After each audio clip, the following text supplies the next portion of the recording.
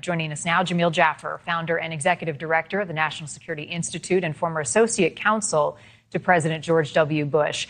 Thank you for your time as always. We don't know how close they were, fact of the matter, to developing a nuclear weapon. And do we know how much damage was in fact caused to their quest in doing so?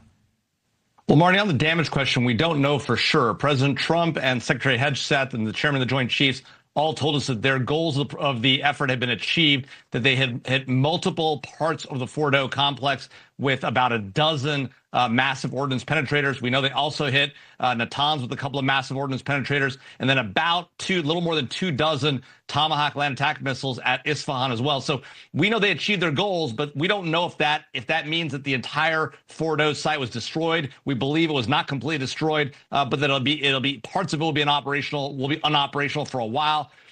But the real question here, Marnie, is, what else might Iran have? What other facilities might they have that we don't know about?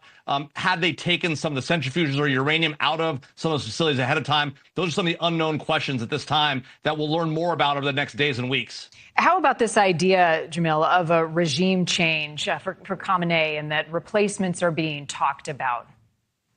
Well, look, obviously the United States isn't going to be directly involved in a regime change in Iraq or in Iran, or at least as we say, we're not going to be. But certainly if the Iranian people want to rise up against this brutal dictatorship that has lorded over them since the late 1970s, we should support that effort. President Obama had the opportunity during the Green Revolution, during his administration. We didn't do an effective enough job supporting the Iranian people then. We should definitely double down on it. We should get weapons to them, supplies to them, communications capabilities in. The Israelis obviously have strong capabilities to get material into that country.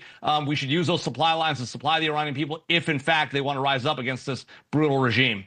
For those who support the president's decision, are thankful tonight that the threat has been neutralized or at least slowed down, you have others who are concerned with the repercussions of that decision, retaliation from Iran. It's important to remind folks about Iran's motivation when it comes not just to their nuclear capabilities, but their nuclear ambitions. What have they said about what they would do if they had the ability to launch a nuclear warhead? Well, they haven't made any clear statement about what they would do with a nuclear device. In fact, what the U.S. estimates, the U.S. intelligence community at least estimates, is that they haven't made a leadership decision to actually pursue the creation of a nuclear weapon. They've been working on weaponization, that is creating a valid weapons design. They have a significant amount of highly enriched uranium, not quite weapons grade, but pretty close to it. And when you're doing enrichment, most of the work goes in the early stages. And then finally, we know they have valid ballistic missile capabilities that could potentially carry a warhead. So you have the three components, but they haven't apparently made a decision to actually go forward. But of course, they can make the decision at any time, and then how they use it is a very different question. Now, with respect to conventional weapons, Marnie, they certainly have made clear they intend to respond, and they've shown a map of U.S. facilities in the region suggesting they may be striking against American facilities in the region. They should be warned, of course, if they do that. President Trump has made clear he won't accept it, and he'll respond as well. All right, Jamil Jaffer, thank you.